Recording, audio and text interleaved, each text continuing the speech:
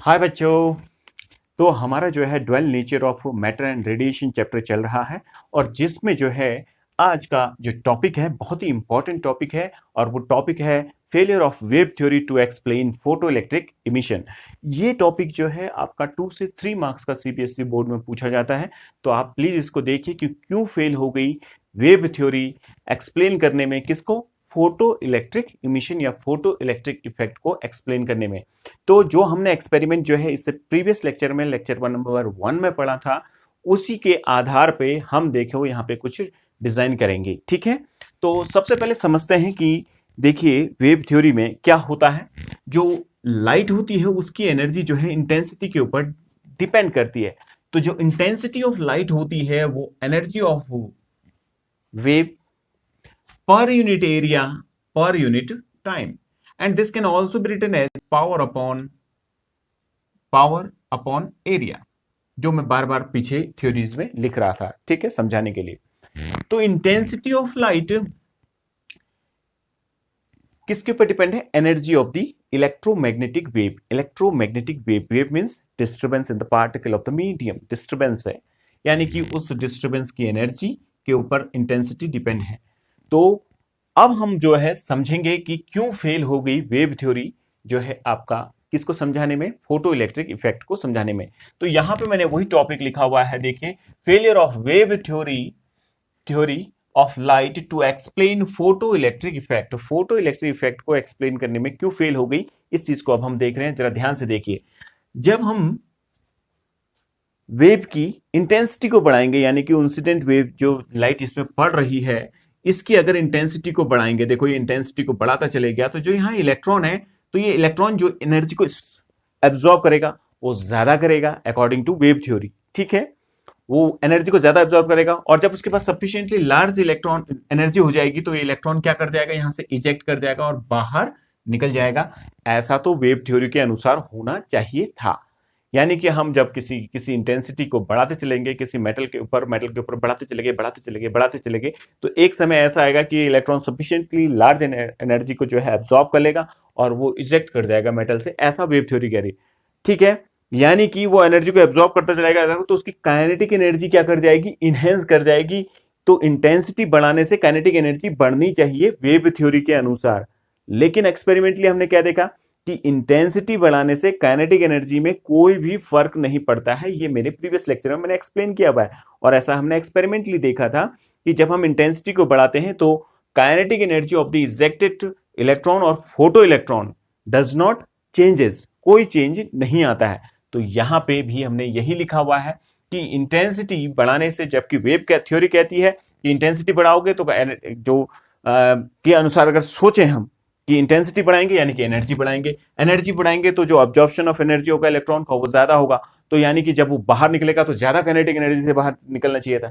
लेकिन हमने क्या देखा एक्सपेरिमेंट में ऐसा देखा कि इंटेंसिटी हम बढ़ा जरूर रहे हैं, बढ़ाते चले गए तो लेकिन उससे जो फोटो इलेक्ट्रॉन बाहर निकल रहा है उसकी काइनेटिक एनर्जी में कोई फर्क नहीं पड़ रहा है। तो पहला टॉपिक यही है, according to wave theory greater the intensity of light greater should be the energy absorb by each electron. ऐसा होना चाहिए, जितना ज्यादा इंटेंसिटी बढ़ाओगे तो उतना ज्यादा एनर्जी जो है प्रत्येक इलेक्ट्रॉन जो है एब्सॉर्ब करेगा।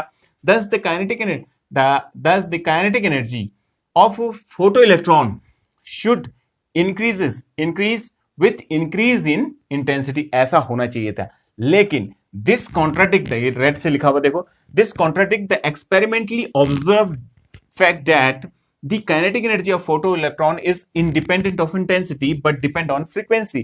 हमने क्या देखा था एक्सपेरिमेंटली हमने ऐसा देखा था कि जब हम, देखो मैंने एक्सप्लेन किया था पूरा पीछे, कि जब देखा था कि इंटेंसिटी बढ़ाने से उसकी काइनेटिक एनर्जी में कोई फर्क नहीं पड़ रहा है, जबकि यानी कि इंटेंसिटी के ऊपर इंडिपेंडेंट है। तो डिपेंड किसके ऊपर है? ये आपका किसके ऊपर डिपेंड है? आपका फ्रीक्वेंसी के ऊपर डिपेंड है, और वो हमने लिख लिया। पहला फेलियर आ गया। सेकेंड थिंग क्या है कि वेव थ्योरी के अनुसार जो है किसी भी इंटेंसिटी की लाइट जो है आपकी, या सफिशिएंटली इंटेंस लाइट अगर आप ले लेते हो, कुछ भी कहें आप, तो इलेक्ट्रॉन का इजेक्शन होना चाहिए। यानी कि वहां कोई कंसेप्ट नहीं था वेव थ्योरी के पास कि, कहने का मतलब यह है कि आप किसी भी इंटेंसिटी पे इलेक्ट्रॉन को जो है बाहर निकाल सकते हो। जैसे मान लिया जाए यहां पे है, मैंने एक इंटेंसिटी ऑफ बीम ली, तो जब ये लाइट इसमें गिरेगी तो जैसे ही इसमें गिरेगी तो ये एनर्जी क्या करेगा, धीरे धीरे जो है टाइम बढ़ेगा तो इंटेंसिटी, क्योंकि इंटेंसिटी जो है मैं यहाँ पे जो है बढ़ा नहीं रहा हूँ, टाइम बढ़ता चले गया तो एनर्जी को बढ़ाते चले जाऊंगा, एनर्जी को बढ़ाते चले जाऊंगा, क्योंकि देखो एनर्जी ये टाइम के डायरेक्टली प्रोपोर्शनल इंटेंसिटी। देखो एनर्जी इज इक्वल टू कितना हो जाएगा, I/A/T। टाइम बढ़ाते चले गया तो एनर्जी बढ़ती चली जाएगी, इस इलेक्ट्रॉन की बढ़ती जाएगी और एक समय ऐसा आएगा कि ये इलेक्ट्रॉन बाहर इजेक्ट हो जाना चाहिए। किसके अनुसार, वेव थ्योरी के अनुसार। बट हमने क्या देखा कि जब तक कि एक मिनिमम फ्रीक्वेंसी आप प्रोवाइड नहीं करते मेटल सरफेस को, जो मेटल सरफेस की एक मिनिमम फ्रीक्वेंसी है जिसको थ्रेशोल्ड फ्रीक्वेंसी कहते हैं, जब तक वो नहीं मिलेगी तब तक इलेक्ट्रॉन का इजेक्शन पॉसिबल नहीं है। यानी कि वेव थ्योरी नकारती है इस बात से, वो इस बात से कोई सरोकार नहीं रखती कि लाइट की एक थ्रेशोल्ड फ्रीक्वेंसी होनी चाहिए तभी इलेक्ट्रॉन का इजेक्शन होगा। जबकि एक्सपेरिमेंटली हमें ऐसा पता चला कि जब तक वो मिनिमम फ्रीक्वेंसी नहीं होगी लाइट की, इंसिडेंट लाइट की, तब तक जो है इजेक्शन ऑफ इलेक्ट्रॉन पॉसिबल नहीं होगा। यानी कि wave theory existence of threshold frequency को क्या करता है, नकारता है, बोलता है ये एग्जिस्ट नहीं करती है। जबकि हमारा एक्सपेरिमेंटल फैक्ट ऐसा आया कि जो लाइट है वो की एक मिनिमम फ्रीक्वेंसी जब तक नहीं होगी तब तक इलेक्ट्रॉन बाहर नहीं निकलेगा। और ये सेकंड थिंग यही है, sufficiently beam of incident light can eject sufficient beam of incident light, sufficient beam लिया हमने लाइट का, अगर वो इंसिडेंट कर रहे हो, can eject electron from metal surface, metal की सरफेस से निकाल सकता है। ठीक है, मेटल सरफेस, ठीक है, निकाल सकता है।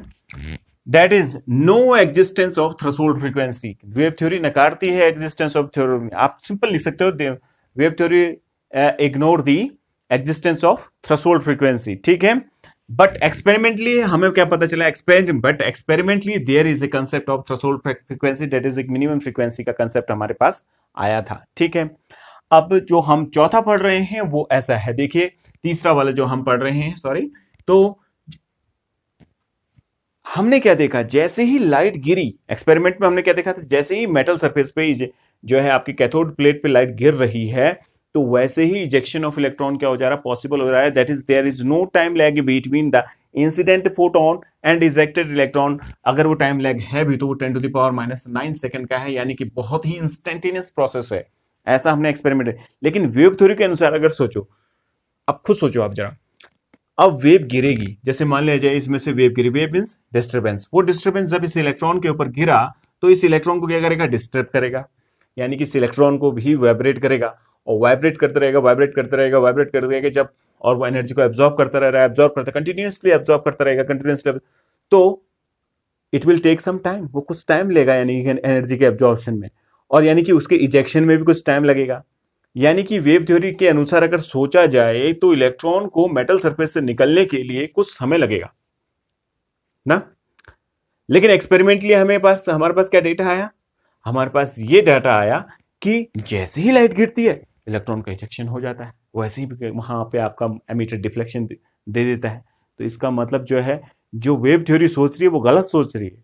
इसका मतलब लाइट के साथ कुछ और चीज भी है जो हम अब आगे बात करेंगे। ठीक है, तो यही चीज हम भी यहां पे कह रहे हैं, in wave theory the absorption of energy by electron take place continuously, बहुत लगातार एनर्जी को एब्जॉर्ब करते रहेगा। That is electron will take some finite time for ejection from the metal surface, यानी कि कुछ समय लेगा इलेक्ट्रॉन को। लेकिन but experimentally observe fact was that photoelectric emission is a instantaneous process, एक इंस्टेंटेनियस प्रोसेस है, और इस इंस्टेंट में जो समय लगता है वो 10⁻⁹ समय लगता है, तो बहुत ही छोटा समय है। तो देख रहे हैं आप, क्यों वेव थ्योरी एक्सप्लेन नहीं करते, हम तो एक्सपेरिमेंटल डाटा पे ज्यादा भरोसा करेंगे ना। मैं अपने हिसाब से कुछ भी कल्पना करते रहूं, लेकिन जो दिख रहा है हमें तो उसी को एक्सेप्ट करना पड़ेगा। That's why photo electric effect जो को एक्सप्लेन करने में जो है आपकी क्या हो गई, फेल हो गई। कौन सी थ्योरी, वेव थ्योरी एक्सप्लेन करने में। इसीलिए अब आगे जो है आइंस्टाइन जो है क्वांटम थ्योरी का जो है क्या करेगा, इसमें यूज करेगा और इसको बड़ी आसानी से समझा देगा। इसका स्क्रीनशॉट ले लीजिए, फिर मैं आपको उस थ्योरी के बारे में बताता हूं। तो बच्चों अब हम लोग पढ़ रहे हैं Einstein theory of photo electric effect. तो Einstein theory of photo electric effect क्या है, उस चीज को हम पढ़ रहे हैं और ये थ्योरी जो है आपकी जो है सीबीएसई में बहुत ज़्यादा पूछी जाती है, बहुत ज़्यादा पूछा जाता है। प्लीज इसको देखिए और नीट और जेईई में तो इससे रिलेटेड न्यूमेरिकल बनते ही हैं। तो इस थ्योरी को जो है अल्बर्ट आइंस्टाइन ने जो है 1905 में जो है इसको लिखा था और इस थ्योरी के लिए उनको 1921 में यानी कि 1921 में 1905 में इस थ्योरी को बनाया, लिखा उन्होंने और इसमें नोबेल प्राइज मिला उनको, नोबेल मिला उनको, ठीक है, इस थ्योरी के लिए। लेकिन इस थ्योरी की मुख्य बात क्या है कि इस थ्योरी को जो है प्लैंक की क्वांटम मॉडल से किया गया है, इसीलिए इसलिए क्वांटम मॉडल ऑफ लाइट भी कहा जाता है। इस थ्योरी में जो यूज लिया गया है, इसकी सबसे इंपॉर्टेंट जो चीज ली गई है वो प्लैंक की क्वांटम थ्योरी को लिया गया है, ठीक है। तो इन 1905 जो एक्सप्लेन किया phenomena of photo electric effect on the basis of Planck quantum theory, Planck की क्वांटम थ्योरी से लिया। अभी प्लैंक की क्वांटम थ्योरी क्या कहती है, जो लाइट होती है बोलता है वो बेटा वो वेव नहीं है, उसमें उन्होंने वेव के बारे में बात नहीं की। उन्होंने ये कहा कि जो लाइट है वो छोटे छोटे बंडल्स में यानी कि पैकेट्स के रूप में चलती है, यानी कि एक पार्टिकल के रूप में चलती है और हर पार्टिकल की जो एनर्जी है वो एच न्यू के बराबर होती है। इसलिए मैंने पहले ही इसको लिख लिया क्योंकि मुझे जो है इसको एक्सप्लेन करना है, बेस एक्सप्लेनेशन में टाइम मैं ज्यादा लूं ताकि मैं लिखने में समय बर्बाद ज्यादा ना हो, इसलिए मैंने इसको पहले ही बना दिया। तो एच न्यू होती है हर फोटोन की जो एनर्जी है वो एच न्यू के बराबर होती है और जहां पे एच जो है आपका प्लैंक का कांस्टेंट है और न्यू जो है फ्रीक्वेंसी ऑफ दी, ये जो रेडिएशन इंसिडेंट लाइट है उसकी जो है फ्रीक्वेंसी है, ठीक है। प्लैंक का जो है आपका 6.6 × 10⁻34 होती है प्लैंक कांस्टेंट, एक यूनिवर्सल कांस्टेंट है। तो ये आ गया आपका। तो आपको क्या पता चला यहाँ पे कि जो आइंस्टाइन है उन्होंने जो है अपनी थ्योरी को जो है प्रूव करने के लिए प्लैंक के क्वांटम मॉडल की जो है सहारा लिया और ये 1905 में ये थ्योरी को किया, ठीक है। तो अब इस थ्योरी को मैं क्या था कि हर जो पार्टिकल लाइट है वो एक स्मॉल बंडल में चलती है और हर बंडल की एनर्जी एच न्यू के बराबर होती है, ये आपने समझा, ठीक है। अब दूसरी बात, अब इसको जो है क्या क्या एजम्पशंस जो हैं आइंस्टाइन ने किए इसमें, उस चीज को हम समझ रहे हैं। तो आइंस्टाइन ने क्या कहा कि ये जो लाइट है, जब बंडल ये पैकेट का जो है जो पैकेट आ रहा है तो मेटल पे जब इंसिडेंट होता है तो वो वहां के जब इलेक्ट्रॉनों से वो टकराता है तो ये अपनी पूरी की पूरी एनर्जी जो है उस पर ट्रांसफर कर देता है और उसके बाद खुद खत्म हो जाता है, यानी कि अपनी एग्जिस्टेंस को खत्म कर देता है। अब यहाँ पे स्टूडेंट कंफ्यूज हो जाता है कि ऐसा कैसे हो सकता है। देखिए जो रेस्ट मास ऑफ फोटोन होता है, जो हम कह रहे हैं रेस्ट में जो रेस्ट मास ऑफ फोटोन की तो बातें नहीं कर सकते, जो रेस्ट में फोटोन होता है उसकी हम कल्पना भी नहीं कर सकते, बिकॉज जो एनर्जी ऑफ फोटोन होती है it can also be written as mc²। If the photon become rest that is c is equal to 0, it means E is equal to 0। तो इसीलिए जो है जब फोटोन जो है उससे टकराता है इलेक्ट्रॉन से तो अपनी पूरी जब एनर्जी इसको ट्रांसफर कर देता है तो खुद वहां से वेनिश हो जाता है, खत्म हो जाता है। तो पहली बात तो जो है आइंस्टाइन ने यही करी, when the photon falls on the metal it transfers whole of its energy h nu to any one of the electron present in the metal and its own existence is vanished, और उसका खुद का existence खत्म हो जाता है, ठीक है। यानी कि पूरी की पूरी एनर्जी जो है उसमें ट्रांसफर कर देता है और इसीलिए यहां पे आइंस्टाइन ने ऐसा कहा कि जो एक फोटोन है वो केवल एक ही इलेक्ट्रॉन को बाहर निकाल सकता है। जैसे ये इसको रियल लाइफ में भी आप थोड़ा सा समझने के लिए यूज कर सकते हैं। जैसे एक पत्थर यहाँ पे है, किसी बच्चे ने इसको दूसरे पत्थर से जब मारा तो ये पत्थर जो है क्या हो जाता है, मोशन में आ जाता है और ये पत्थर यहाँ पे रुक जाता है। अब ये तो था पत्थर के केस में, लेकिन बेटा जब ये फोटोन के केस में समझोगे तो ये पत्थर पूरा का पूरा जो है इसमें क्या कर देगा, एनर्जी को अपने ट्रांसफर कर देगा, यानी कि अपने आप में खत्म हो जाएगा और इसको आगे मूव कर देगा, ठीक है। तो ये हमें यहाँ पे समझ में आया, ठीक है। तो पहली बात क्वांटम थ्योरी का यूज किया। दूसरी बात जो है प्रत्येक फोटोन एक इलेक्ट्रॉन को बाहर निकालता है। तीसरा बहुत ही इंपॉर्टेंट है, वो कहता है कि जो काइनेटिक एनर्जी होती है, जो ऊपर वाले जो इलेक्ट्रॉन्स होते हैं जो सरफेस के ऊपर होते हैं उनकी ज्यादा होती है as compare to the kinetic energy of the electron inside the metal. ऐसा क्यों? क्योंकि वो बोलता है कि मेटल से जो, पूरी चीज तो नहीं लिख सकता बेटा इसलिए मैं समझा रहा हूं, वो मेटल के अंदर से भी इलेक्ट्रॉन निकलते हैं और मेटल के सरफेस से भी निकलते हैं, ऐसा आइंस्टाइन ने कहा, ठीक है। तो मैंने उसकी सिर्फ मेन बात को यहाँ पे लिखा हुआ है कि जो ऊपर वाले सरफेस से इलेक्ट्रॉन्स निकलते हैं उनकी काइनेटिक एनर्जी ज्यादा होती है as compare to the inner electrons. ऐसा इसलिए क्योंकि जो इनर वाला इलेक्ट्रॉन है वो जब जब निकलता है वो एच न्यू एनर्जी जब इसको पूरी ट्रांसफर करेगा फोटोन, तो वो जब मूव में आए मोशन में आएगा तो इसके अंदर मौजूद जो आयंस है उनसे भी टकराने लगेगा, क्योंकि और भी इलेक्ट्रॉन्स निकले हैं तो उनके अंदर जो आयंस बने हैं उनसे टकराएगा। उनसे टकराने से कॉलिजन के कारण जो है इसकी काइनेटिक एनर्जी थोड़ी कम हो जाएगी as compare to the electron ejected from the metal surface. ये बात समझ में आ रही है। और ये जो एनर्जी बर्बाद हुई है इस इलेक्ट्रॉन को ऊपर लाने के, देखो रेड से दिखा रखा है, ऊपर लाने के लिए जो एनर्जी बर्बाद हो रही है वही एनर्जी जो है मेटल के वर्क फंक्शन के नाम से जानी जाती है। यानी कि इतनी एनर्जी तो मिनिमम आपको देनी ही पड़ेगी इलेक्ट्रॉन को ताकि वो जो है मेटल के सरफेस के तक आ सके और फिर इजेक्ट हो सके। तो इसको वर्क फंक्शन बोलते हैं और इसी को हम क्या कहते हैं, थ्रेशोल्ड एनर्जी के नाम से भी जानते हैं। That is the it is the minimum energy required to eject an electron from the metal surface. इसको फाइ नॉट से डिनोट किया जाता है। तो आइंस्टाइन ने क्या कहा कि जो सरफेस से निकलने वाला इलेक्ट्रॉन है उसकी काइनेटिक एनर्जी जो है ज्यादा होती है as compare to the electron ejected from inner inside the metal. ऐसा इसलिए because some part of its energy is used in collision with the metal material present in the metal. ठीक है, तो यही है।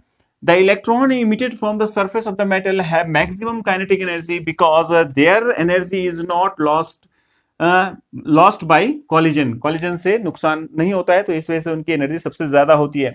अब देखिए, जब ये फोटोन यहां से यहां गिर रहा है तो ये एनर्जी को दो जगह पे जो है आपका यूज कर रहा है, क्योंकि इसने पूरी एनर्जी यहां पे इसको इस इलेक्ट्रॉन को दे दी and some part of this energy is used in work function, that is in placing this electron to the surface of the metal surface. ठीक है, and rest of this energy is used in increasing the kinetic energy of the photon. यानी कि इसकी कुछ part जो है metal के अंदर यूज हो जा रही है और कुछ जो है इसको बाहर निकालने में यूज हो रही है।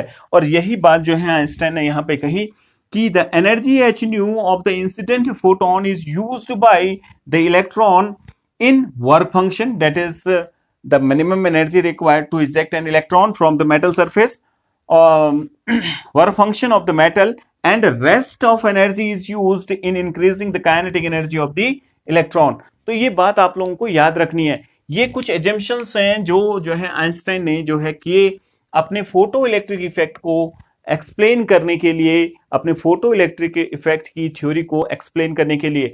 तो ये मैंने यहाँ पे लिख दिए हैं, आप प्लीज इसका एक स्क्रीनशॉट ले लीजिए और ये आपके लिए बहुत हेल्पफुल होगा। अब देखिए, जब ये इलेक्ट्रॉन, माना कि एक फोटोन है जिसकी एनर्जी जो है आपकी कितनी है, एच न्यू है, और वो मेटल सरफेस पे गिरा, तो this energy is used in two form, that is one is in the form of work function and other in the form of kinetic energy of the photo electron. So by law of conservation of energy, by law of conservation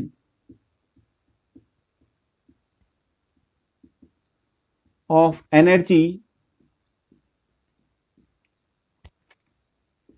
the energy of incident photon, that is h nu, is used in किस कहां use हो रही है, that is work function of the metal, electron को ऊपर surface तक लाने में, plus kinetic energy of the ejected photon, that is ke या ke max।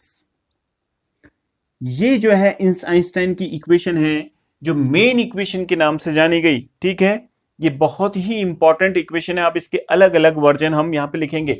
देखिए, फिर मैं समझा रहा हूं, यहां से ये आपको सोचिए, इसके पास एच न्यू एनर्जी थी और इसने पूरी एनर्जी इस इलेक्ट्रॉन को ट्रांसफर कर दी। ये एनर्जी कहाँ यूज हुई, एक तो वर्क फंक्शन जो अंदर इलेक्ट्रॉन जो है कॉलिजन में जो बर्बाद कर रहा है उसमें बर्बाद हुई, और बाकी की बची हुई एनर्जी कहां चली गई, आपकी काइनेटिक। और यही बात यहां पे भी लिखी है, and rest of energy is used in increasing the kinetic energy of the electron. So by law of conservation of energy, energy का कंजर्वेशन क्या कहता है, जितनी एनर्जी पहली थी उतनी एनर्जी बाद में भी रहेगी, that is this plus this, यहां जो इसने वर्क फंक्शन में यूज करी, plus kinetic energy of this. तो ये मेन इक्वेशन है, इस इक्वेशन को आप सभी लोगों को याद रखना है। ठीक है, यहां पे एक बात आप लोगों को याद रखनी है, यहां पे where phi naught is equal to work function, work function और threshold frequency, threshold energy sorry, that is it is the minimum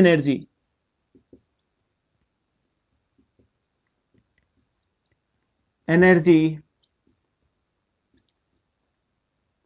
required to knock out electron from the metal surface, from the metal। तो ये हो गया आपकी work function. तो अब आपका ये जो इक्वेशन है ये बहुत ही इंपॉर्टेंट इक्वेशन है। And nu is the frequency of the incident photon. Nu क्या है आपका? Nu is equal to frequency of incident photon, ये है आपका। और के क्या है? के क्या है? K max kinetic energy of the photon, photon है, ठीक है। अब देखिए जो वर्क फंक्शन है, this can also be written as, because work function will give the sense of threshold frequency, क्योंकि ये एनर्जी जो यूज कर रही है H nu is equal to phi naught, that is work function plus kinetic energy of the photon. This can also be written as phi naught can also be written as h into nu naught, that is threshold frequency के form में इसको लिखा जा सकता है। where h is your Planck constant, h जो है आपका Planck constant है, यहाँ पे मैं एक बार लिख लेता हूं, h is equal to Planck Planck's constant, क्योंकि 6.6 इंटू 10⁻⁻34 होती है। अभी हम नहीं लिखते हैं क्योंकि जब जरूरत होगी तब लिख लेंगे। तो ये हो गया आपका प्लैंक कांस्टेंट। अब देखो इसी इक्वेशन को, ये आइंस्टाइन की इक्वेशन है। What is Einstein equation? This is your Einstein equation for photo electric effect. ये बहुत ही इंपॉर्टेंट इक्वेशन है बेटा। अब देखिए थोड़ा सा इसके वर्जन्स को समझते हैं। Phi naught is equal to कितना होता है? एच न्यू नॉट होता है, ठीक है।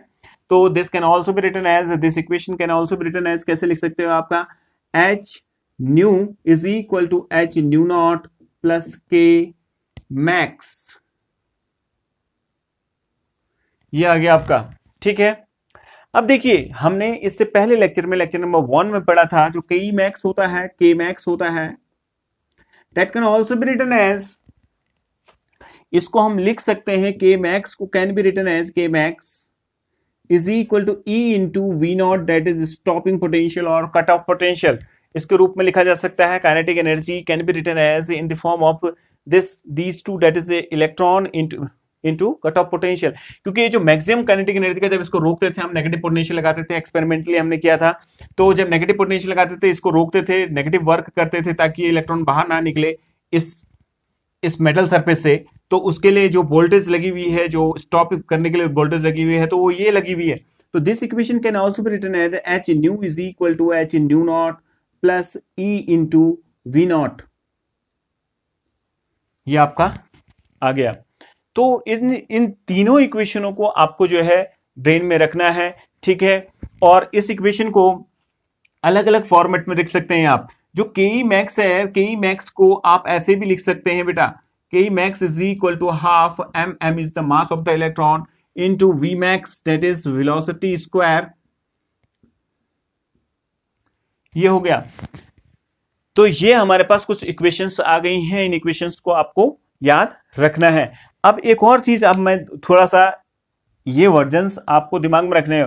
First equation, first, second and third, all these equations are Einstein equation for photoelectric effect. These are Einstein equation for photoelectric effect. आपसे पूछता है कि Einstein equation for photoelectric effect क्या होता है, तो वो कितना हो जाएगा? H nu plus phi naught plus K max, या ये इन तीनों में से कुछ भी लिख दीजिए। इन्हीं इक्वेशनों को और भी फॉर्मेट्स में आप लिख सकते हैं। तो कैसे कैसे लिख सकते हैं?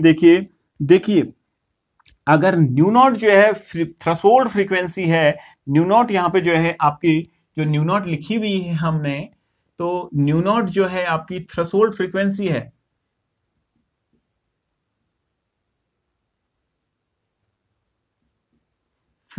है, that is the minimum frequency required to eject an electron from a metal surface. ठीक है, तो this can also be written as, इसको हम कैसे भी लिख सकते हैं, देखो nu is equal to C upon lambda, velocity of light upon lambda. तो nu naught is equal to C upon lambda naught, where lambda naught is your threshold wavelength, that is it is the maximum wavelength. यहाँ पे maximum word use होता है बेटा, maximum, क्योंकि बड़े से बड़ा वेवलेंथ, क्योंकि वेवलेंथ जब बढ़ती है तो एनर्जी कम होती है। ठीक है, it is the maximum wavelength of light that can be used to eject an electron from a metal surface. समझ में आ रही बात है? तो इसको अगर लिखना चाहे तो इसको इस फॉर्मेट में लिख सकते हैं, that is c upon lambda naught plus e into V naught. ठीक है, वेयर वी नॉट क्या है आपकी, वी नॉट क्या है, स्टॉपिंग पोटेंशियल। वी नॉट जो है आपका स्टॉपिंग पोटेंशियल है, V naught is equal to stopping potential. ठीक है, ये आ गया। अब देखो न्यू को भी लिखा जा सकता है, न्यू इज इक्वल टू क्या हो जाएगा, C upon lambda, well lambda is the frequency of the incident radiation. ठीक है, तो कितना हो जाएगा, nu in place of nu H, nu की जगह क्या लिखना है आपको, सी अपॉन लैम्डा। तो यहां पे हम एक एक करके लिख सकते हैं। देखिए, तो lambda is equal to where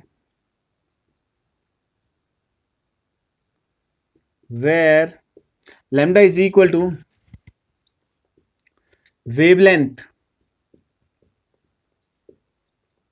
of incident light, incident photon, और lambda naught is equal to threshold wavelength,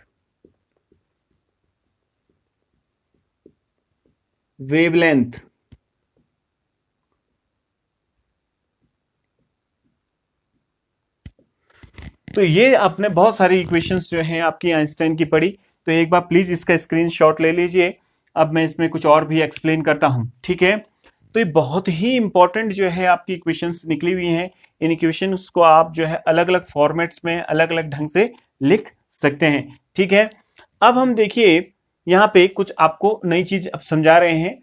जब आप इस चीज को कर लेते हैं तो इसके बाद आपसे एक क्वेश्चन ये भी पूछा जाता है कि जो आइंस्टाइन की इक्वेशन निकली हुई है उस इक्वेशन की मदद से आप जो है law of photo electric effect समझा दीजिए।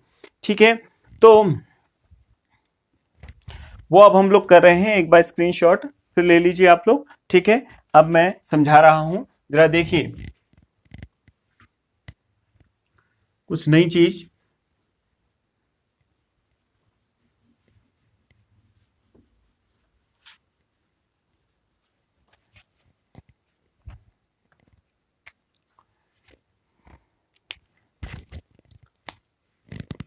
explanation of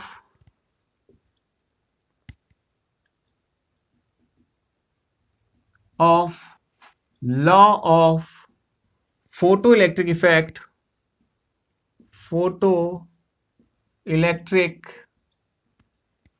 effect,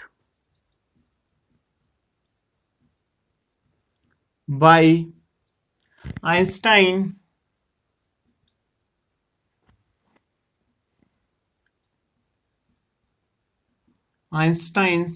इक्वेशन और आइंस्टाइन थ्योरी, आप ऐसा लिख सकते हो।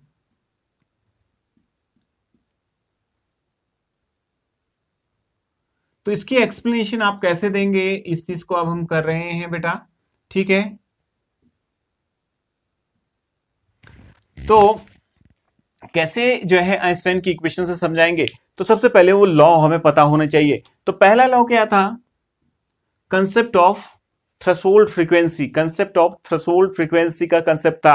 अगर आप ध्यान से देखिए उस लॉ को देखिए, तो अगर हम ऐसा करें, देखो आइंस्टाइन की इक्वेशन क्या थी, आइंस्टाइन की इक्वेशन थी h nu is equal to क्या था आपका, H new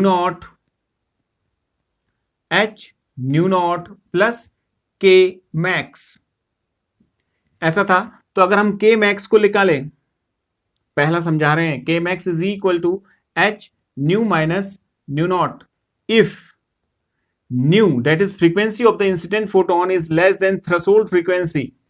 In that case this implies is k max kinetic energy is equal to क्या हो जाएगी आपकी नेगेटिव हो जाएगी और नेगेटिव काइनेटिक एनर्जी तो होती नहीं। ये क्या हो गया, गलत है। इसका मतलब क्या है, आपको मिनिमम फ्रीक्वेंसी रिक्वायर्ड होगी ही होगी मेटल सरफेस से इलेक्ट्रॉन को बाहर निकालने के लिए। अगर आपने जो है मिनिमम फ्रीक्वेंसी से कम फ्रीक्वेंसी दी तो काइनेटिक एनर्जी नेगेटिव आ रही है। तो इसका मतलब there is an concept of, तो यहां पे हम लिख सकते हैं there is an concept of, that is there is a concept of threshold frequency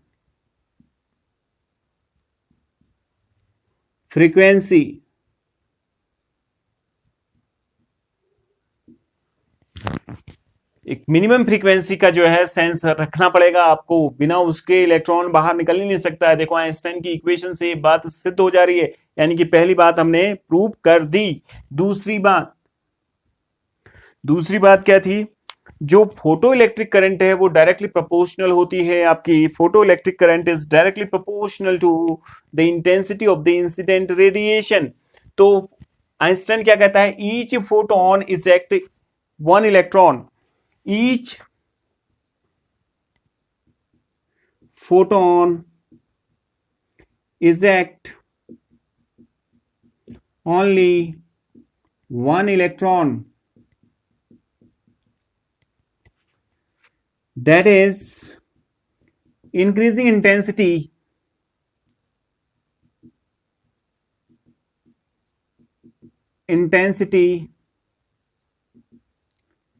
increases the number of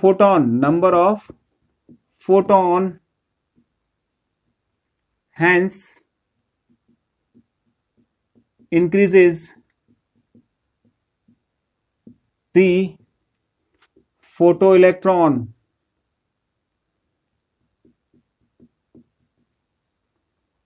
अगर फोटो इलेक्ट्रॉन बढ़ेंगे तो दैट इज क्या कर देगा, इंक्रीज कर देगा, करंट को इंक्रीज कर देगा। दैट इज वो बात सही है। कहने का मतलब देखो आइंस्टाइन ने एजम्पशन ही ऐसी कर रखी है कि जो प्रत्येक फोटोन है, that is each electron eject only one electron, each photon eject only one electron. तो each photon eject only one electron, that is increasing intensity। यदि हम इंटेंसिटी बढ़ा रहे हैं, it means the number of photon hitting the metal plate will increases, and because of this there is an increase in ejection of number of photoelectron, and because of this increase in number of photoelectron then current will increases। तो ये बात तो सच है कि जो second जो statement थी law की वो ये थी कि increasing the intensity of the incident photon in incident ray or incident light increases the photo electric current. तो ये बात समझ में आ रही होगी आपको, दूसरी बात भी एकदम सही हो गई। अब तीसरी बात देखते हैं इसकी, थर्ड क्या कहता है ये आपसे,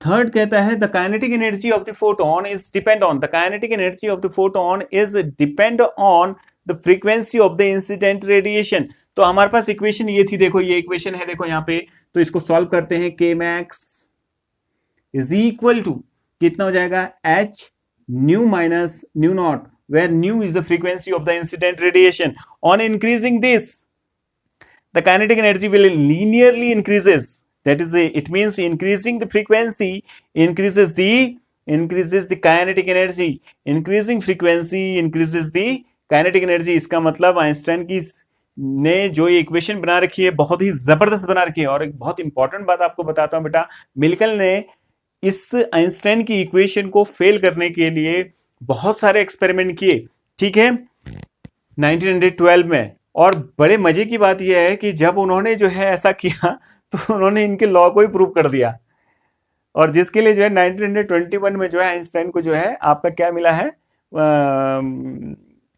नोबेल प्राइज मिला हुआ है। देखिए 1905 में जब ये इक्वेशन बनाई आइंस्टाइन ने, तो आइंस्टाइन ने इक्वेशन को बना के जब लोगों को दिखाया तो लोगों ने देखा उसको, तो मिलिकन ने कहा कि नहीं, आइंस्टाइन की बात गलत होगी। उनको गलत साबित करने के लिए उन्होंने इसको प्रूव करना चाहा और बहुत एक्सपेरिमेंट करे मिलिकन ने, बहुत सारे मैंने कहा ना, मिलिकन और लेनार्ड ने बहुत एक्सपेरिमेंट किए हैं, इसमें हमने इससे पहले वाले लेक्चर में पढ़ा था।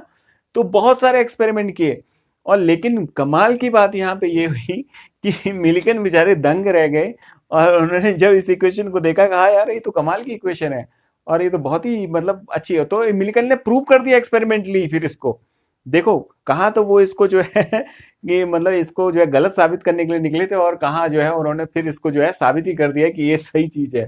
तो जिसके लिए बाद में उसको जो है, उनको जो है आइंस्टाइन को जो है नोबेल प्राइज मिला हुआ है। तो यहाँ से क्या पता चल रहा है, देखो दो हमने क्या पढ़ा था वहां लॉ में, क्या पढ़ा था कि increasing the frequency increases the kinetic energy of the photoelectron, it is independent of the intensity। तो यहाँ पे भी ये बात समझ में आ रही है, that is on increasing the frequency of the incident radiation, that is if you knew the kinetic energy of the ejected photoelectron will increases, where Ke max क्या है, ejected photoelectron की जो है क्या है, काइनेटिक एनर्जी है। And this is your linear relation, ये बहुत इंपॉर्टेंट है, आपसे कभी कभी पूछ सकता है कि कैसा रिलेशन होता है, that is it is your linear relation, that is on in. जैसे पूछ लिया, चार ऑप्शन देते तो कैसे इंक्रीज करते हैं, लीनियरली इंक्रीज कर रहा है, कैसे kinetic energy linearly increases, kinetic energy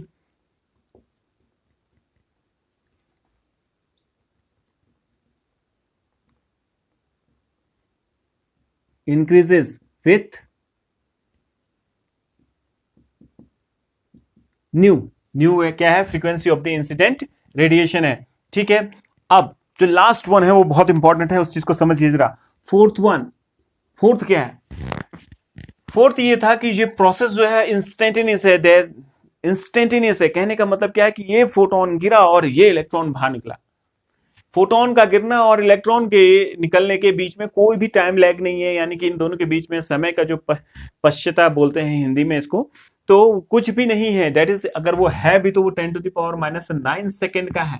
ठीक है, तो ऐसा तो आइंस्टाइन अपनी एजम्पशन में पहले ही कह चुका है। देखिए जरा यहां पे, जरा ध्यान से देखिए, वो क्या कहता है, when a photon falls on a metal, phone falls on a metal, it transfer whole of its energy h nu, पूरी, वो टाइम नहीं लेता। जबकि वेव थ्योरी, अभी हमने आपको बता, वेव थ्योरी में वो धीरे धीरे इलेक्ट्रॉन की एनर्जी को बढ़ाएगा, एब्जॉर्ब करता रहेगा, इलेक्ट्रॉन एब्जॉर्ब करता रहेगा, देन वो इजेक्ट होगा। जबकि यहाँ पे क्या कहता है ये अपनी एजम्पशन में, whole of its energy h nu to any one of the electron present in the metal and its own existence is vanished, और अपने existence को खो देगा, and because of this the electron get knock out from the metal surface, वो बाहर निकल जाएगा। तो ये तो इंस्टेंटेनियस प्रोसेस है। तो ये हमने तो इंस्टेंटेनियस प्रोसेस को भी प्रूव कर दिया। चौथा वाला वो आप लोग लिख लेना। तो ये हम लोगों को जो है पता चला, यानी कि आइंस्टाइन ने explanation of law of photo electric effect bye Einstein theory, ये कभी कभार 2 मार्क्स का आपसे पूछ लेता है कि कैसे एक्सप्लेन करोगे, तो ये मैंने आपके सामने यहाँ पे प्रूव कर दिया विद इक्वेशन। ठीक है, तो अब हम लोग जो है डिफरेंट ग्राफ पढ़ते हैं। देखिए आइंस्टाइन के इससे इक्वेशन से कुछ ग्राफ बनाते हैं और वो आपके सामने मैं लिख बना रहा हूं। ठीक है, जरा ध्यान से देखिए उन ग्राफों को।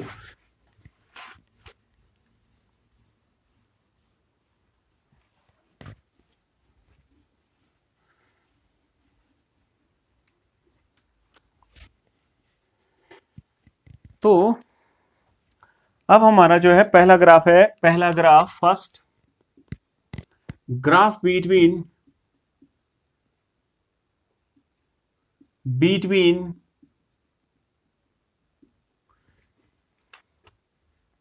VO, that is stopping potential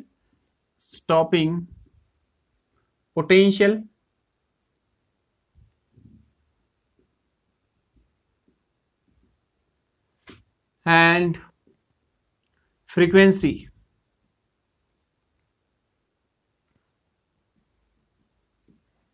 of incident photon। तो देखिए ग्राफ मैं बना रहा हूं और उसको, ग्राफ को हम आइंस्टाइन की इक्वेशन से बनाएंगे। तो कैसे बनेगी जरा ध्यान से देखिए। ये स्टॉपिंग पोटेंशियल है, यानी कि ये VO को दिखा रहा है, VO, और ये जो है आपकी फ्रीक्वेंसी है,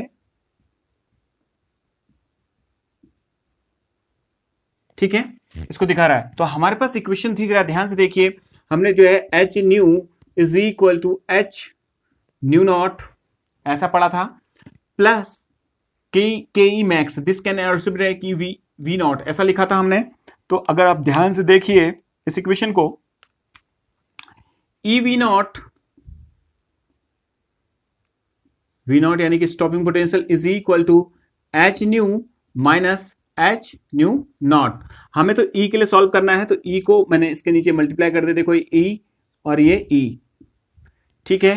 तो ये हमारा आ गया, ये एच न्यू नॉट है बेटा, ठीक है, ये एच न्यू नॉट है, ये सॉरी एच न्यू है, ये एच न्यू नॉट ये हो गया।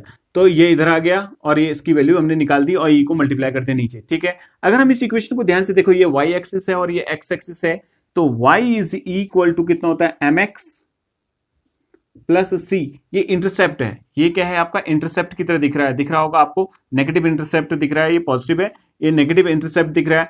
तो ये m क्या है, स्लोप है, ठीक है। तो आपने देखा था, आपने क्या देखा था, देखा होगा इस लाइन को अगर हम बनाना चाहें, ड्रॉ करना चाहें, ठीक है, तो कैसे ड्रॉ करेंगे, जब जो है आपकी फ्रीक्वेंसी जो है आपकी क्या हो, जीरो हो। तो अगर हम जीरो करते हैं तो ये यहां पे आएगा, यानी कि ये नेगेटिव, ये इतना यहां पे आएगा, ये इंटरसेप्ट यहां पे बनेगा, देखो इतना इंटरसेप्ट बनेगा। अगर न्यू को जीरो ले लोगे, यहाँ पे जीरो फ्रीक्वेंसी है, तो उस वक्त देखो नेगेटिव साइड में आ रहा है ग्राफ, ठीक है। जब फ्रीक्वेंसी न्यू हो गई, न्यू के बराबर हो जाएगी, देखो when frequency nu naught is equal to nu के बराबर हो जाए, तो ये कितना हो जाएगा, ये और ये बराबर हो जाएंगे, जीरो हो जाएगा, यानी कि यहां पे आ जाएगा ग्राफ। तो यानी कि अगर इन दोनों को अगर हम मिलाएं तो ये बना, और ये ऐसा बनेगा पूरा। और वैसे भी देखो जरा, ये लीनियर रिलेशन सब था, जैसे जैसे बढ़ेगा तो स्टॉपिंग पोटेंशियल भी बढ़ता जाएगा। तो इस ढंग से जो है ये ग्राफ बना हुआ है। तो इसमें ये पूछा जाता है कि इस ग्राफ का स्लोप क्या है, तो slope of this graph is equal to, slope of this graph क्या होगा, ध्यान से देखिए, अगर मेरे को इसका स्लोप बनाना है तो ये स्लोप कितना है, देखो इससे कंपैरिजन करो, एम एम यानी कि E H upon E, bye calculating the slope of this graph, इस ग्राफ का स्लोप निकालेंगे, यहाँ कुछ डेटा दे रखा होगा, तो आप जो है प्लैंक कांस्टेंट को बड़ी इजीली निकाल सकते हैं बेटा, या इलेक्ट्रॉन का चार्ज भी निकाल सकते हैं प्लैंक कांस्टेंट की मदद से। तो आप बड़े आसानी से इसको निकाल सकते हैं। और ये जो इंटरसेप्ट है, वो इंटरसेप्ट कितना है आपका, अगर आप ध्यान से देखें, एच न्यू नॉट अपॉन सी, यानी कि ये क्या है, H nu naught upon E, that is electron का चार्ज। यानी कि अगर आप बड़े आसानी से जो है यहां से वर्क फंक्शन निकाल सकते हैं, एच न्यू नॉट कितना है, वर्क फंक्शन के बराबर है, तो this can also be written as phi naught upon E. तो इस ग्राफ से इंटरसेप्ट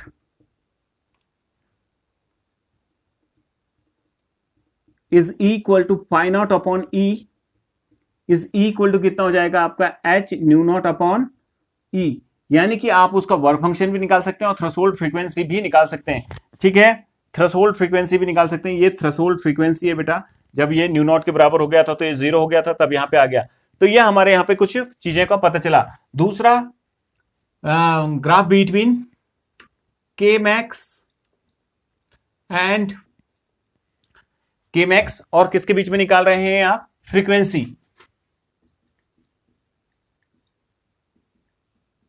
फ्रीक्वेंसी, दूसरा ग्राफ, ठीक है।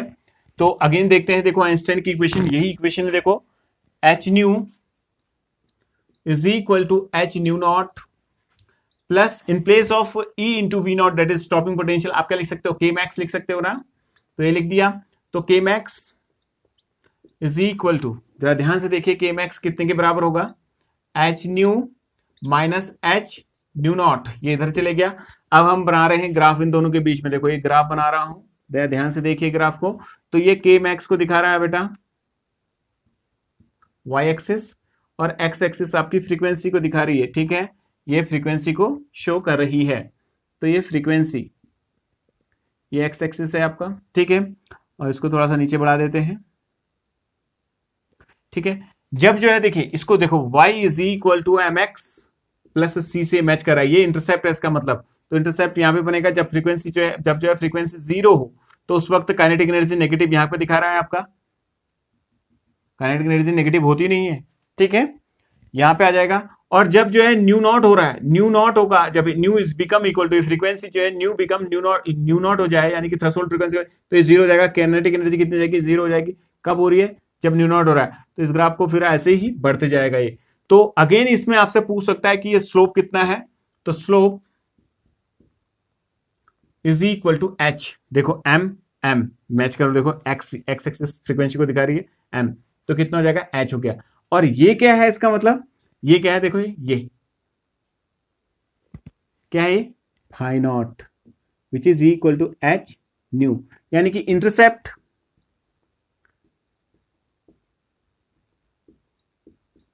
Is equal to H nu naught which is equal to phi naught, यानी कि इसकी इस ग्राफ की मदद से आप ऐसा भी निकाल सकते हैं। ठीक है, अब एक बात बहुत इंपॉर्टेंट बताता हूं, इसी में थोड़ा सा देख लीजिए। ठीक है, अगर आप डिफरेंट डिफरेंट मटेरियलों के लिए इसको निकालेंगे, डिफरेंट डिफरेंट मटेरियलों के लिए निकालेंगे, तो ये जो स्लोप है बेटा, ये जो है सबके लिए सेम आएंगे। क्यों आएंगे सेम, आपसे क्वेश्चन पूछ ले कि अगर ये पहले M1 मेटल के लिए था, मेटल सरफेस के लिए, ये M2 के लिए था, ये M3 के लिए था, ये M4 के लिए है, ठीक है, अलग अलग मेटल्स के लिए सबके स्लोप जो है बराबर आएंगे। ऐसा क्यों, ऐसा क्यों है बेटा, because slope is equal to h upon h is your Planck constant, universal constant है, और ये इलेक्ट्रॉन का चार्ज है, तो सबके लिए तो एक ही रहेगा वो। तो इसलिए देखा होगा सब टाइप से पूछ देता है इन ग्राफों का स्लोप सबका एक जैसा क्यों है, ये अलग अलग मेटल्स के लिए अलग अलग। देखो वर्क फंक्शन सबके लिए अलग अलग आ जाएगा, देखो वर्क फंक्शन सबके लिए अलग अलग आएगा, देखो आ रहा है सबके लिए। थ्रेशोल्ड फ्रीक्वेंसी अलग अलग आ रही है, जैसे 1 हो गया, 2 हो गया, ये 3 हो गया, but slope of this graph सबके लिए क्या है, सेम है। तो एक बार इसका स्क्रीनशॉट ले लीजिए, हम और भी ग्राफ देखते हैं, जल्दी से आप इसका स्क्रीनशॉट लीजिए। ठीक है, अब हम ग्राफ जो है तीसरा ग्राफ हम ड्रॉ कर रहे हैं।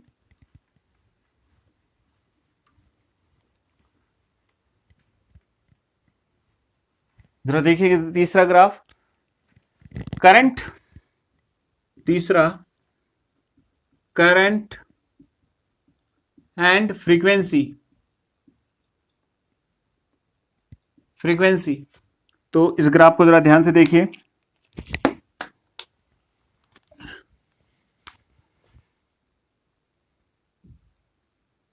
ये फ्रीक्वेंसी को दिखा रहा है बेटा, और एक करंट आई को दिखा रहा है, करंट।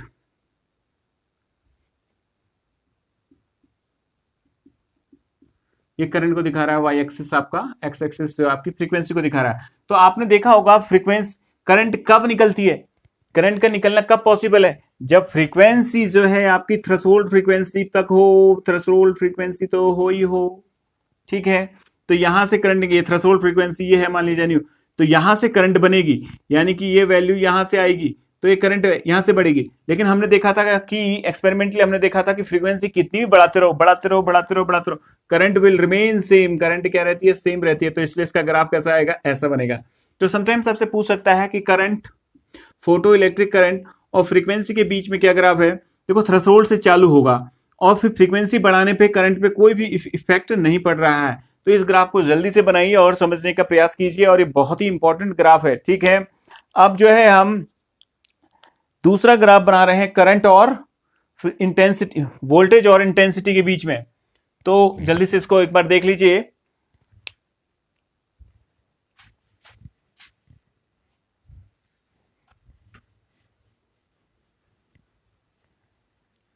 सेकंड है, फोर्थ है आपका voltage stopping potential,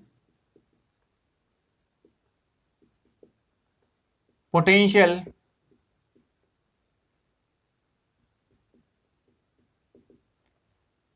and intensity.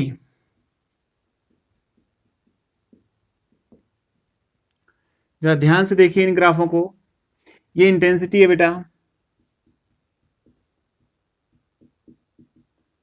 और ये स्टॉपिंग पोटेंशियल वी नॉट। तो आपने देखा था कि वट एवर भी द इंटेंसिटी, इंटेंसिटी कुछ भी हो, बढ़ाते जाओ बढ़ाते जाओ, आपने देखा था, देखा होगा आपने अलग अलग इंटेंसिटीज के लिए काम किया था। ये I1 इंटेंसिटी, ये I2 इंटेंसिटी, ये I3 इंटेंसिटी, ऐसे कुछ कर रहे थे। I2 I3 ये इंटेंसिटी ज्यादा है, I3 is greater than I1, 2 greater than I1, ऐसा देखा था। तो सबके लिए स्टॉपिंग पोटेंशियल क्या रहा था, सेम रहा था। तो इंटेंसिटी को बढ़ाते चले जाओ आप, अगर स्टॉपिंग पोटेंशियल विल रिमेन क्या रहेगा आपका, सेम रहेगा। that is there is no effect on the value of stopping potential on increasing the intensity of the incident radiation। तो ये ग्राफ हो गया स्टॉपिंग पोटेंशियल और इंटेंसिटी के बीच में। अब देखिए लास्ट वन, एक बार इसको समझने की कोशिश कीजिए। मैंने क्या बोला आपका स्टॉपिंग पोटेंशियल और इंटेंसिटी के बीच में ग्राफ, ठीक है। तो स्टॉपिंग पोटेंशियल में आपने देखा होगा कोई फर्क नहीं पड़ता इंटेंसिटी क्या कहते इंटेंसिटी का, तो वही हम लोग देख रहे हैं। अब हम देख रहे हैं तीसरा टाइम का, टाइम और इंटेंसिटी के बीच में।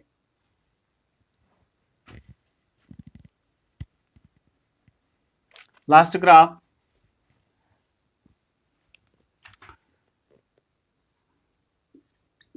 इंटेंसिटी एंड टाइम के बीच में ग्राफ, पांचवा ग्राफ देख रहे हैं अब हम। तो वो क्या आएगा देखो जरा, ये टाइम है बेटा और ये इंटेंसिटी है।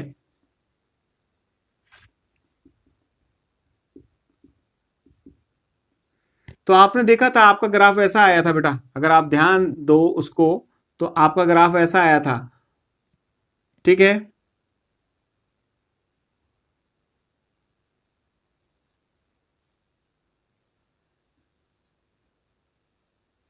तो आप देख रहे हैं एक निश्चित समय के बाद, इस समय के बाद क्या हो जा रही है, हर इंटेंसिटी पे, यानी कि I1 intensity, I2 intensity, I3 intensity, सब पे ये टाइम क्या है 10⁻⁹ सेकेंड है।